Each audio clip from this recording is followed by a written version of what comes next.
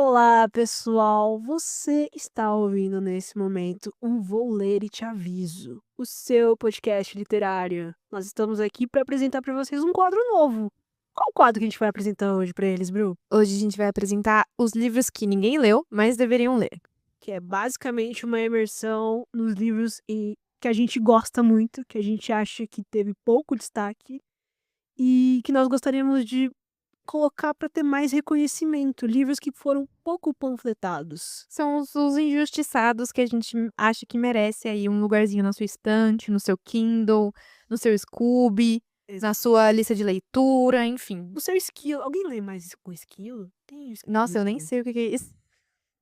É outra plataforma digital para ler. Enfim, a gente vai trazer para vocês exatamente esses livros que são queridinhos da gente, mas a gente acha que não tem muito reconhecimento.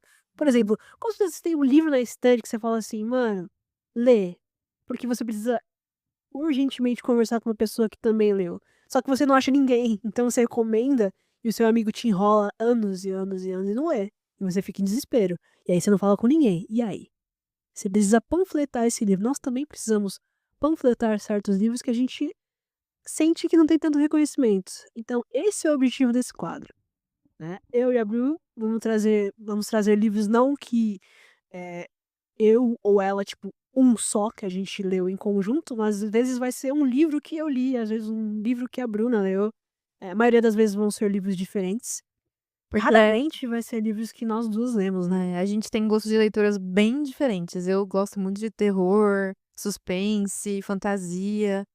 E a Val já é mais romance, um suspensezinho, Distopia. umas distopia, uns negócios de serial crime. True crime. É isso, é uma coisa que a gente tem em comum. True Crime a gente tem True crime é verdade. Achamos um nervo, achamos um consenso. Mas na maioria das vezes vão ser 2 livros de gêneros bem diferentes. Sim, Então, a gente diverge um pouco às isso. vezes. É pra aumentar o leque de vocês também, pra tirar vocês da zona de conforto, pra vocês poderem explorar universos novos. Sim. Pô, a gente pode tipo, unificando esses universos, a Bru que lê mais mais fantasia, no caso, e eu que leio mais romance, a gente pode trazer um livro de romantasia, fazer umas imersões assim, mas geralmente a gente acha que esse tipo de situação que a gente tá hoje garante pra vocês um pouco mais de pluralidade. Então deixa o podcast plural, de fato, pra trazer vocês mais opções de leitura, no caso, né, de 2 pessoas que têm percepções diferentes. Isso aí. E é isso aí, a gente vai falar hoje sobre quais livros, Bruna? Eu vou começar, porque a Valéria não quer começar a falar do livro dela. Cara, eu comecei a introduzir aqui o episódio e ela quer que eu também fale. Não, eu vou falar. Tá bom. Não, tipo assim, o que tem que fazer aqui é ser a pessoa completamente do contra. Se eu falar: "Quero começar", ela vai querer começar. Já estamos discutindo e acabou o podcast. Obrigada por ouvirem. Obrigada por ouvir. É isso. Now the world to the beat of just one drum. What I'm rise for you. Não, brincadeira, vamos lá. Eu vou começar. A minha escolha pra vocês hoje foi Fique Onde Está, Então Corra. Esse livro foi lançado em 2015, se eu não me engano, e o autor dele é o John Boyne. O John Boyne é o mesmo autor de O Menino do Pijama Listrado. Eu não liguei o nome dele com Que da hora. O Menino do Pijama Listrado. A menina. O Menino do Pijama Listrado. Menino. Eu só fui perceber quando eu comecei a fazer a pesquisa pra trazer esse livro aqui. Ou seja, quase 10 anos depois que eu li o livro.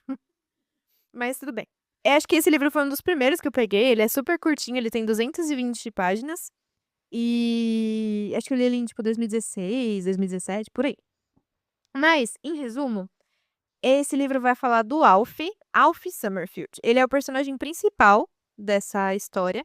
E no começo do livro ele tem 5 anos. E a gente tá lá na época de 1915, 1916, que é quando começou, né, a Primeira Guerra Mundial.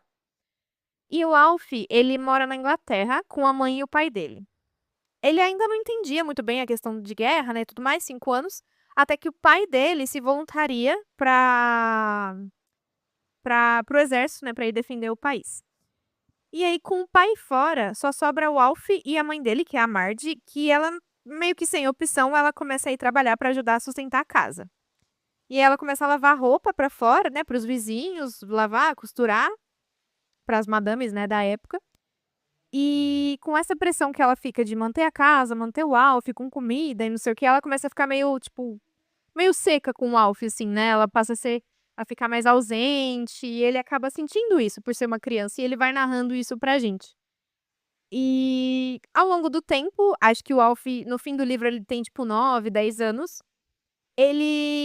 O pai sempre se comunica com eles por carta. Ele vai enviando com uma certa frequência cartas, né? Falando como que ele tá, como é que tá as coisas e tudo mais. Só que quando o Alf faz 9 anos, o pai dele para de mandar essas cartas. E a mãe dele começa a se recusar a falar do pai. E o Alf, com 9 anos, fica, ué, mas por que ela não tá falando mais do meu pai? O que tá acontecendo? Até que ele, com 10, recém 10 anos, resolve ir atrás pra descobrir o que aconteceu com o pai, trazer ele de volta pra casa e, né, cuidar da situação. E é muito legal esse livro, assim, por ser super curtinho e pelo personagem principal ser uma criança, ele é muito leve. Ele trata de um assunto extremamente pesado, mas faz isso com uma abordagem muito leve. Ele é narrado em terceira pessoa, mas, assim, eu gosto muito de livro com criança de personagem principal quando é narrado pela criança. Em primeira pessoa, né? Ou quando a gente tem uma visão dela, assim. Pode ser até em terceira pessoa, mas o cenário dela. Apesar de não ser o Alf narrando, a terceira pessoa aqui é boa, assim. Ela pega bem o pensamento do Alf, sabe? Tipo, o que ele tá querendo, o que ele tá interpretando, como ele tá interpretando. Então, eles conseguem ser bem... Como fala? Ah, esqueci a palavra. Bem assertivos. Fiéis. E aí, eles conseguem ser bem fiéis na cabecinha da criança, sabe? No momento desse. eles conseguem fazer uma representação muito boa do personagem da criança. Isso mesmo. E aí, o Alf, ele mora num bairro, assim, e ele tem até figuras bem interessantes, assim, né, na vivência dele. Então, tinha o pai e a mãe. Ele tem uma vizinha que é a Kalena. A Kalena mora com o pai dela, só que eles são alemães. Então, logo quando começa a realmente ficar meio crítico a questão da guerra, eles se mudam de volta pra Alemanha, se eu não me engano, ou pra Polônia, um dos dois. Só que a Kalena, gente, isso é em 1915, né? E a Kalena, ela fala abertamente, ela é bem pra frentex, assim, né? Apesar de ser uma menininha de 7, 8 anos, ela é bem pra frentex. E ela fala que ela vai trabalhar na política, que ela vai ser, tipo, primeira secretária, primeiro não sei o quê. E todo mundo ri dela, porque o pessoal fica tipo, cara, você é alemã, você nem no seu país você tá, e você é mulher, enfim. Tem essa visão, né, condizente pra época. Mas é muito legal, porque apesar dela ser novinha, ela tem essa visão de criança. Então, quando falam isso pra ela, ela meio que olha e fala, mas o que tem a ver eu ser mulher? Tipo, porque na cabeça deles isso não existe, né? Assim como na nossa já tá consolidado. Mas ela.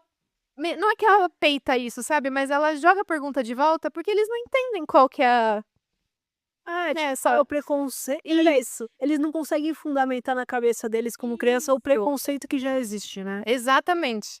E aí eles têm um vizinho que ele é a favor da Legal. não a favor da guerra, mas tipo, como é que eu vou dizer? Ele é meio sangue nos olhos, sabe? Ele quer realmente que aconteça tudo que tem que acontecer, que todo mundo vá lá, lute. Vencedor. Isso, ele é bem fomentado nesse sentido. E aí ele tem um outro vizinho também, que todo mundo taxa o vizinho de comunista. Que ele é irlandês, se eu não me engano. E esse vizinho, inclusive, ele some no meio do... Isso não é spoiler, isso aí acontece bem rapidinho. Ó, vai ter spoiler, tá? Não tem muito como a gente fugir disso.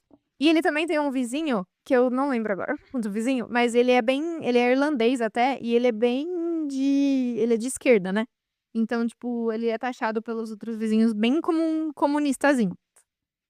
E eu acho, assim, o ponto alto desse livro é que, pra mim, pelo menos, né? Eu li ele quando eu tava saindo de uma ressaca. Não quando eu tava saindo, na verdade, quando eu estava numa ressaca literária. E, cara, ele é tão gostosinho de ler, porque você pega ele, tipo, 2 sentadas, você já acabou o livro. Porque é fluido. E eu não li O Menino do Pijama Listrado. Deveria ter lido, mas não li. A escrita do John Boyne, ela é muito fluida. Tipo, você vai lendo. Ele é tão... É simples. Se eu puder dizer, tipo, esse livro pra vocês em uma palavra, ele é simples. Apesar de tratar de um assunto tão crítico, tão pesado, ele é simples. Então é muito gostoso pra quando você olha e fala, putz, eu queria ler um negócio, mas eu quero ler um negócio que seja, paz. Ou tô saindo de uma ressaca literária, ou li um livro enorme, eu li uma saga enorme e, tipo, eu só quero ler um negócio tranquilo. É esse livro. Ele é muito gostoso de ler, assim. e ver o desenrolar do Alf, porque quando ele vai atrás do pai, ele passa por alguns percalços, né, algumas questões, e ver a cabecinha dele de 9 anos meio que tentando superar essas coisas ou tentando entender o que tá acontecendo pra poder passar por isso, é muito legal. É muito interessante, assim, de ir acompanhando. E é um livro super gostoso, gente. Eu acho que vocês deveriam ler, porque é bom. É muito bom. E ela recomenda. E eu recomendo fortemente. ela lê 2 sentadas. E é isso. E é muito bom. Não, mas é literalmente por conta disso. Ele é um livro bem pra você sair, assim, quando... Sabe, às vezes, quando você lê muita coisa e você tipo, nossa, eu não quero ler mais nada, eu não aguento mais Você ler. fica muito carregado. Eu tô passando por um momento assim, gente. Vou comentar pra vocês que eu li Guerra Adorável Guerra. Nossa, mano. E a Bruna... Mano, sabe o que é engraçado? É que ela tá falando de um livro de cenário de Primeira Guerra Mundial. O livro Guerra Adorável Guerra é um livro de Primeira Guerra Mundial. Só que eu acho que ele trata a guerra nesse Fica Onde Está Então Corra tão, tipo... O olhar infantil. Eu não tive um É. olhar infantil lendo Guerra Adorável Guerra. É um olhar infantil e a guerra é o segundo plano. Ao mesmo tempo que ela tá acontecendo, o livro todo você tem noção de que ela tá acontecendo, porque ao longo do desenvolvimento do Alf e da aventurinha dele, a guerra tá lá. Sim. Tem bombardeio, tem não sei o quê, tem uma cacetada de coisa. Mas você acaba tirando o peso disso, sabe? Você vai lendo e o seu foco não tá na guerra, o seu foco tá no Alf e no objetivo dele de achar o pai. O que eu achei interessante é que você tá falando de um cenário de guerra retratado por uma criança. Isso Aham. deve ser maravilhoso, porque você tem ali o conceito de um cenário histórico muito importante, mas os olhos que você vê são completamente diferentes. Então você tá falando de um personagem de primeira pessoa enxergando uma guerra e é uma criança de 8 anos. Exatamente. Isso pra mim é bem interessante. Eu vou estar lendo, Bruna. Você vai estar lendo? Eu vou estar lendo. Então tá. Vou colocar ali, ó, na lista, vou estar lendo. Não sei. Então você vai lá ler e me avisa, tá bom? Exatamente, eu vou ler e te... Olha só, que gancho, hein? Poxa, lê e me avisa. Você tem mais alguma coisa pra acrescentar?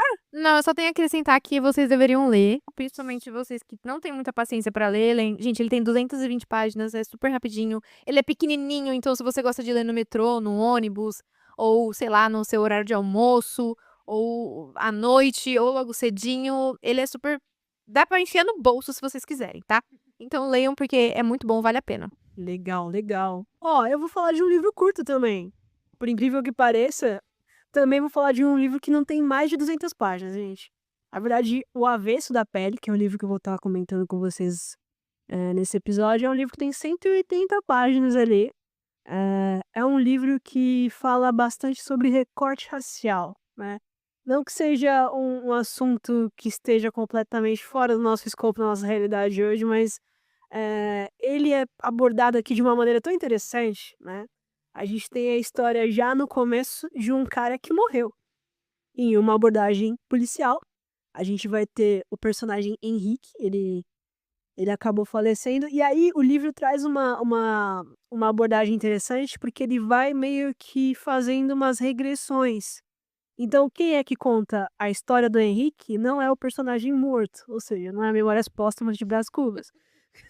Eu ia falar, nossa, Memórias Póstumas de Brás Cubas, releitura? Que é isso? Não, não é assim. Na verdade, o Henrique que faleceu, ele faleceu vítima de uma abordagem policial que deu errado, né? Que é basicamente um contexto aí que a gente interpreta que existe ainda no nosso país e é um recorde que precisa ser cada vez tomado pauta e visibilizado. É bem atemporal, né? É bem atemporal, de fato. Então a gente tem esse tipo de visão, a gente tem esse tipo de recorte, a gente já começa a história assim. Só que aí, se não é o Henrique que vai contar a própria história, quem vai contar, né? Aí você pensa, sei lá, alguém próximo? A esposa? Não. Quem vai contar essa história é o filho dele, o Pedro. Então o que o Pedro faz? O Pedro faz toda uma pesquisa, de fato, de campo. Ou seja, ele começa a falar em primeira pessoa, mas ele não fala em primeira pessoa como se ele tivesse sabendo exatamente tudo. É como se ele tivesse feito um compilado de uma pesquisa de toda a vivência do pai, né? Tipo, refeito todos os passos, tido informações dos familiares, tirando também a vivência do que ele teve de experiência com o pai, para contar a história do Henrique completa. Então é basicamente o filho pegando de herança toda a história que o pai teve, desde o tempo em que ele morava lá no sul do país, até ele vir para outra cidade, né, e ele meio que coloca todas essas coisas, todos os passos que o Henrique passou. Claro que ele pega muitas coisas, assim, de histórias contadas dentro do seu entorno familiar para refazer toda a vida do Henrique, né. Então o Pedro vai conversando, com a família, conversando com a avó, a gente não tem essa percepção dele conversando, mas a gente imagina que foi assim que ele conseguiu tecer a história. Porque a forma que esse livro é contado também é muito interessante, porque é como se fosse uma carta dele aberta ao pai. Ele conta mais ou menos assim, tipo, começa meio que: "Ai, eu lembro de você fazendo tal coisa, eu lembro como você era, como você fazia tal coisa, eu recebi informações, desse tempo", ou então, "como você era na sua infância". Então ele meio que faz uma abordagem, assim, diferente, é uma leitura diferente, porque você vê o filho contando a história do pai, você imagina: como é que o filho conta e sabe tanto da história do pai? Claro que ele obteve essas informações dentro do seio familiar dele, mas assim, é muito interessante porque realmente parece uma carta para o pai. E aí ele vai e faz essa abordagem temporal, assim, de traz a história do pai como filho, e a gente se identifica vendo que parece que, foi um documentário que ele formulou, né, para poder fazer com que as pessoas tenham conhecimento do que era o Henrique.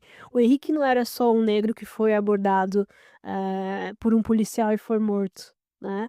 O Henrique era um professor, o Henrique era um cara que passou por um divórcio, o Henrique era um cara que viveu uma vida muito difícil e com certeza ele não enriqueceu sendo professor. Ele teve os seus percalços, o grande amor dele era a educação, mas ele envelheceu.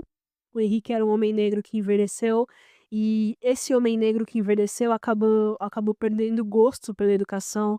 Depois ele passou a criar gosto de novo pela educação.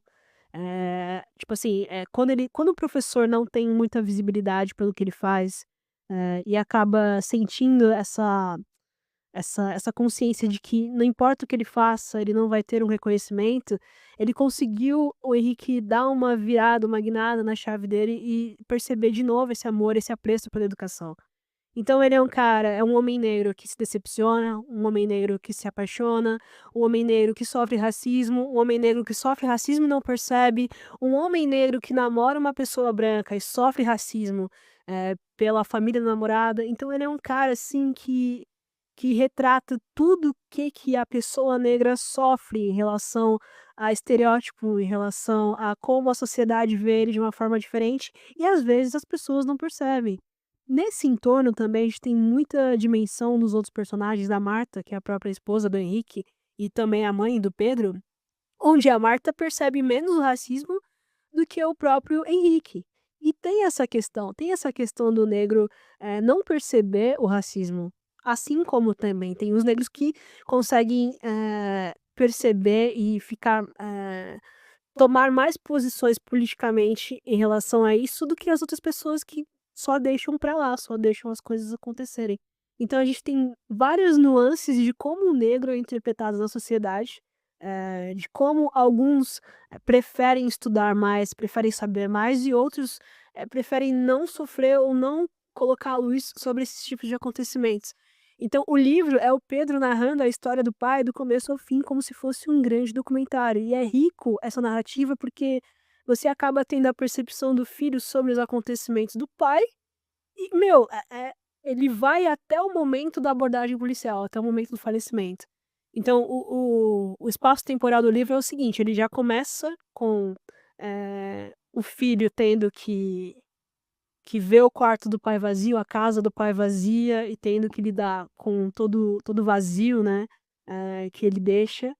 E aí daqui pra trás ele já aliás, daqui pra frente, né, ele já começa a introduzir a gente um pouco mais sobre a vivência do Henrique, né, do Pedro falando assim, "Meu pai fazia isso, você dizia pra mim tal coisa". Então ele no livro inteiro ele vai meio que comunicando com o pai dizendo: "Pai, você falava isso, você fazia aquilo, você fez isso, você começou na educação dessa maneira". Então, assim, é uma grande carta aberta, um grande documentário que o Pedro faz, que traz um registro e uma luz muito forte para uma pessoa que você vê que não é só uma estatística. Então ele traz luz para a história do pai, dizendo que não foi uma simples pessoa que faleceu, né? Foi um cara que tinha um RG, um CPF, tinha uma vivência, tinha uma família, tinha Você, dores e tal. Então, você meio que identifica um número dentro da estatística. Você dá cara pra ele, você dá nome, você você dá dá história. voz, você dá Você dá- características, você dá. E o legal é que o laço afetivo que faz isso é o do próprio filho. Então parece que ele também tem gosto em relação a isso. Claro que o Pedro também expõe as próprias dificuldades que ele tinha com o relacionamento do pai, entendeu? O Pedro também tem algumas coisas, porque, lógico, a pessoa que faleceu, não é porque ela faleceu que ela é uma pessoa perfeita também. Então, o Henrique também tinha as suas inquietações e o Pedro, que era o filho dele, tinha as suas reservas em relação ao pai, né? A mãe dele, por exemplo, a Marta, que divorciou do Henrique na ocasião do livro, ela era um pouco mais combativa, um pouco mais. Eles brigavam muito no casamento, então ela traz um pouco desse remorso, dessa infelicidade, que acaba afetando o Pedro também. E quando o Henrique sai de casa, ele fica cada vez mais ausente em relação ao Pedro. Então, o Henrique também não é um ser humano perfeito, não é porque ele morreu também que é um ser humano perfeito. O Pedro, além de trazer as coisas muito positivas em relação ao pai, ele também traz que algumas coisas de um período aí de abandono parental não foram muito positivas com ele. Mesmo assim, ele não deixa de amar o pai e honrar tudo que aconteceu, tal. Ele tenta enxergar uma perspectiva também para construir a imagem do pai, né, e não perpetuar como ele culpado alguma coisa, ele tenta trazer características mais humanas para o pai, e isso da humanização do personagem é muito importante para o Avesso da Pele. Então a gente tem uma narrativa que eu considero muito diferente, entendeu? Você fazer uma carta aberta, para o seu filho, aliás, para o seu pai morto, eu acho que é muito interessante, parece que ele meio que estudou, meio que absorveu toda a história do pai dele e trouxe isso pra gente observar que o cara era uma pessoa, entendeu? Tanto que na morte dele é uma coisa muito, muito interessante que, assim, ele quando eu falo pra vocês que ele foi desestimulado em relação à profissão dele, né, que ser professor pra ele não via sentido, depois ele achou um sentido, foi logo na reta final, assim, da vida. Sabe? Ele meio que quando ele encontra o sentido de novo, ali no auge dos seus 50 e poucos anos, de voltar a ter todo o enfoque, todo um esforço maior para o seu papel de professor, ele acaba sendo vítima dessa abordagem e quando o Pedro narra o pai nos últimos momentos de vida, ele narra o pai feliz, porque ele tinha se reencontrado novamente. Só que aí que tá, ele tinha se reencontrado novamente, ele tinha feito, começado a fazer passos aí para um novo começo, mas ele acabou sendo tomado disso, de novo. O que é triste, mas ao mesmo tempo dá uma sensação de que, meu, ele não foi sozinho. Aliás, ele não foi infeliz no final das contas, né. Ele meio É um final feliz, não feliz, mas feliz. vou dizer assim que ele não morreu infeliz, porque ele já estava muito infeliz antes. Ele teve a separação com a Marta, com a esposa, e tinha encontrado o amor novamente, mas aí eles meio que desencontraram. Então, ele tinha achado o amor de novo, ele teve ele teve novas oportunidades, apesar da idade já, ele morreu com 50 e poucos anos de idade, nessa abordagem policial, mas ele tinha se encontrado no finalzinho da vida. E assim, o que é mais interessante também no decorrer ali, falando sobre a morte dele, é que, ele sabia o que fazer pra essa abordagem policial não ter resultado em morte. Mas sabe quando você tá cansado de fazer tudo que a sociedade impõe e você meio que não vê sentido em mostrar que você é só um cara andando de volta pra sua casa no meio da noite? Ele meio que estava pressentindo que algo aconteceria, mas ele também não fez nada pra evitar. Não entrou em desespero.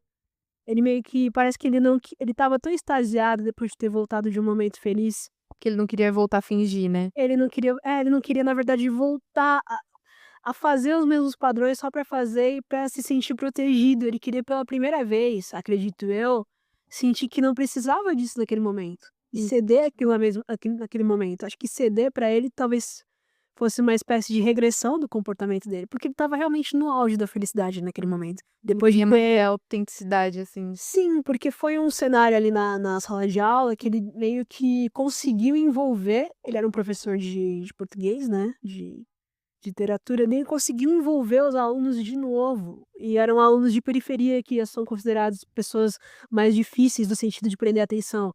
O pessoal de periferia tem uns problemas muito maiores, então às vezes reter a atenção dessas pessoas É muito difícil. é um pouco mais complexo, porque você vê que a realidade deles é um pouco diferente da nossa, é menos confortável.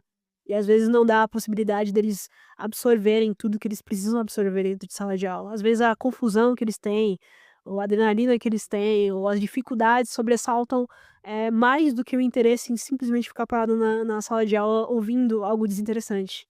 Então, a partir do momento que ele se mostrou interessado, ele trouxe algo novo, ele conseguiu prender a atenção, ele saiu daquela aula como se tivesse alcançado um marco histórico. Que pra ele Foi, aparentemente, né? e quando ele sai, ele meio que esquece dessas coisas. Que pensa, mano, nossa, eu atingi um nirvana aqui, eu simplesmente vou ter que fingir, regredir tudo de novo e corresponder a uma conduta que eu não preciso. Ele sabia o que fazer pra barrar esse tipo de comportamento na abordagem policial, mas ele não quis. Infelizmente acabou sendo morto. Mas enfim, O Avesso da Pele é um dos relatos mais sensíveis que eu já vi. O autor do livro é o Jefferson Tenório.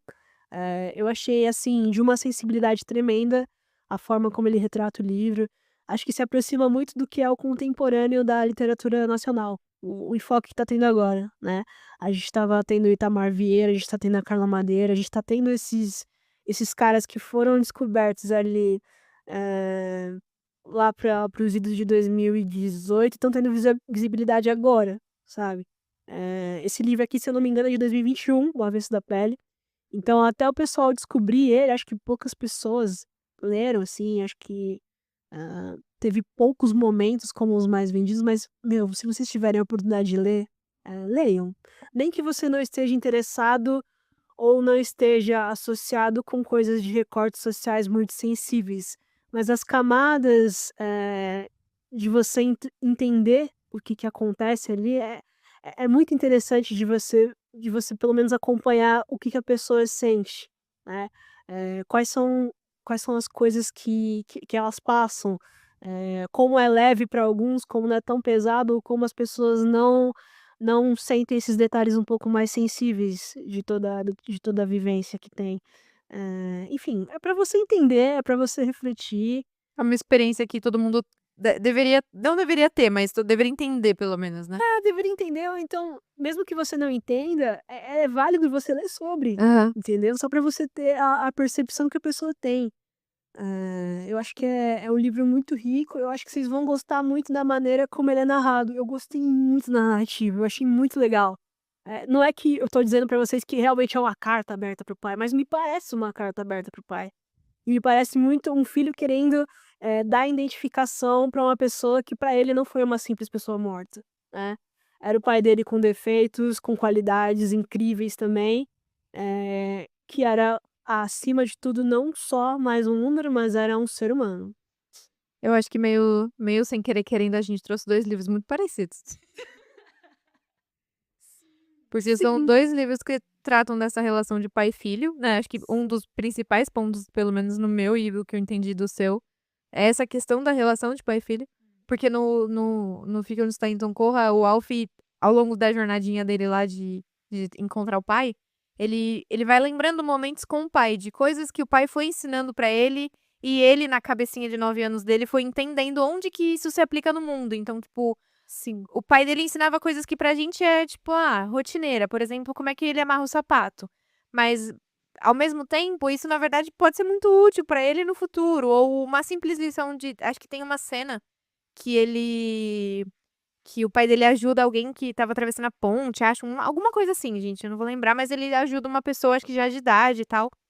E aí o Alf vai lembrando disso e ele vai repetindo, assim, voluntariamente as coisas também, né? Ele vai trazendo de novo essas lições que o pai foi colocando. E aí, até quando ele encontra, ele acaba encontrando o pai dele tipo, num asilo pra ex-veteranos de guerra, sabe? Só que o pai dele sofreu várias baixas, por assim dizer, na guerra. Ele viu tanta coisa que a cabeça dele tá acabada. Ele tá completamente, tipo, psicologicamente destruído. Ele não. Ele tá meio que no estado vegetativo consciente. Ele não fala, ele não se manifesta, ele come, ele vai no banheiro, tem, tipo, todas essas questões, mas ele não se manifesta, ele não consegue falar, ele não consegue mais ser ele. E aí, quando o Alf encontra ele não reconhece o Alf quando ele olha pra cara do filho. E aí o Alf fica tipo, mas eu sou seu filho, você não vê o seu filho? Tipo, e aí eu acho que ele já tá com uma cabecinha um pouquinho mais desenvolvida e ele até fala, tipo, olha, meu nariz é igual ao seu. Tipo, algumas coisinhas que eles têm similaridade, tipo, ele fica, olha, você me ensinou tal coisa, você lembra que você me ensinou tal coisa?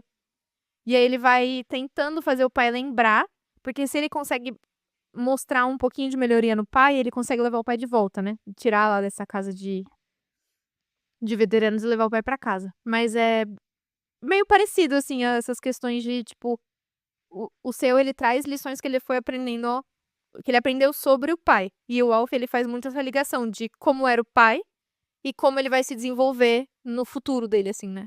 E é bem interessante. Legal, foi verdade, eu não tinha essa percepção agora que eu tô vendo. A gente trouxe 2 livros temáticos. Isso foi sem querer, Cara, gente. não- Foi bem sem querer mesmo. Não foi combinado. A Val nunca. Eu só falei o título do meu livro pra Val e ela só falou o título do livro dela pra mim. É porque mais ou menos é assim que a gente discute episódio, né? Basicamente é isso. Aí, também outra coisa interessante que tem, não tem só o recorte do Henrique também como experiência, tem o recorte da Marta também. Marta como mulher negra também na sociedade, como traz esse recorte, como traz essa vivência. E tipo assim, então a gente não tem só o personagem do Henrique como principal e a visão dele na sociedade, a gente também tem a visão da Marta como mulher negra na sociedade. Ela também teve um primeiro casamento antes do casamento com o Henrique, que culminou em violência doméstica, qual ela se desvencilha, enfim, a gente tem até o retrato ali do Henrique uma maneira total ali também falando da morte do próprio pai dele. Então, meu, assim, é muito legal, é uma regressão total na vida do Henrique que o Pedro faz, né? Então, tipo assim, é como se o Pedro fizesse uma imersão com o pai falando com ele. Então, eu acho que é foda a maneira como o Jefferson Tenório escreveu esse livro. E aí, é que tem outra semelhança também, né? Você falou que esse livro é da Companhia das Letras.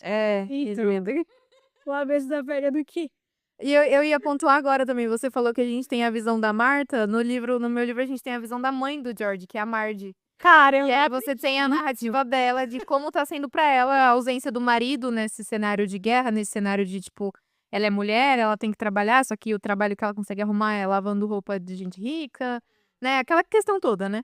E então, tipo, tem as dificuldades dela também, da vida dela, criando um filho sozinha, tendo que lidar com a família do marido. E ela não tem, se eu não me engano, ela não tem família, ou a família dela é, tipo, de outro país, do interior de outro país. Então é a mesma coisa. maravilha, cara. Ó, 188 páginas, tu tem quantos? 224 Cara, isso. Se vocês querem 2 livros curtos que são imersivos de alguma maneira, o W parece ser um pouco mais leve, porque a gente tem a narração da percepção de uma criança. Aqui a gente tem a percepção de um adulto contando a história de outro adulto, porém esse adulto era filho dessa pessoa que faleceu. Mas eu acho que os objetivos ali é mesmo só o nome. É que eu acho que o seu só um impacto pouquinho. talvez seja um pouco mais direto. Por causa dos Por recortes conta dos raciais, eu recortes. acho. O meu, eu acho que ele tem um impacto, mas eu acho que você não percebe o impacto enquanto você tá lendo, porque por ser uma criança, deixa mais leve. Mas quando você termina, você fica tipo, foda.